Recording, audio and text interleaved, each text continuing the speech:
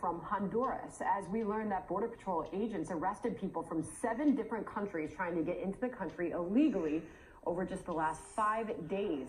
Let's bring in Customs and Border Protection Deputy Commissioner Robert Perez. Robert, thank you for being here this morning. What do you need to tell us this morning and bring us up to speed on this caravan and what we need to know?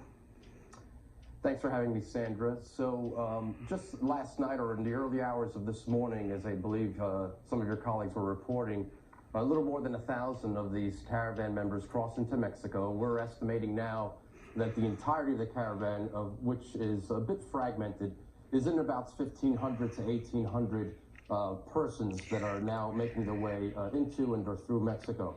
And while our Mexican counterparts, I believe, are, as far as we know, working to provide opportunities for the caravan members in Mexico to stay there, we in CBP are prepared for their presentation and arrival at our southern border.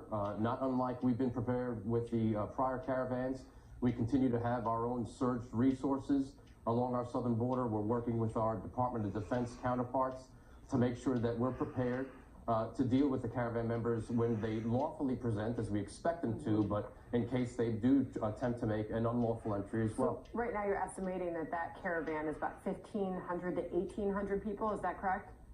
That's right, Sandra. It's about 1,800 or so, last reports that I had seen since early this morning. And again, I think it's important to mention that this is part of the ongoing border security and humanitarian crisis that we've been speaking to, that we have currently along our southern border. The pull factors, if you will, the legal loopholes in our immigration system that attract folks to come to our southern border, most of which will cross unlawfully, and attempt to cross unlawfully. Those are the things that we need to address within our own immigration legal construct here in the U.S. I want to make sure to also ask you about this news that CBP has arrested people from 7 different countries in just the last 5 days. What can you tell us about that?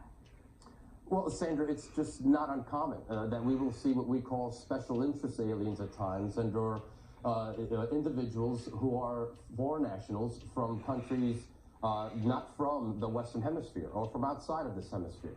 Although the vast majority of the folks that we've been encountering, the more than 2,000 every month that we have been apprehending on our southern border for the past 2,000 a day, rather, along our southern border, there is a portion of which that are not emanating from the Northern Triangle countries or from Mexico. And those at times present a unique security risk and things that we do need to mitigate even further with respect to the challenges that we're facing. So just the last 5 days, we had a map up there: China, Guatemala, Honduras, Mexico, El Salvador, Nicaragua, and India are the countries from which those arrests have taken place, or the individuals from those countries. Meanwhile, I've got to ask you about the current partial government shutdown and how it is affecting you and Border Patrol. What has been the impact on you?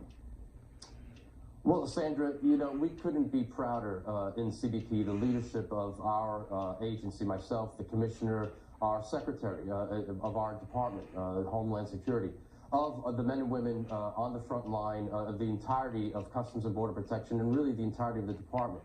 We are unquestionably focused, the men and women are unquestionably focused on the mission and following through on that priority missions that we have to perform our duties effectively. But make no mistake about it, this is an all-hands-on-deck moment. We will continue to support them the best we can by giving them as much information as we can and providing facts. CBP is working without pay right now, correct? We are. But look, my role is to present the facts of what's going on the border, support our frontline men and women, and really encourage folks to have those conversations to end that shutdown. And so it really just...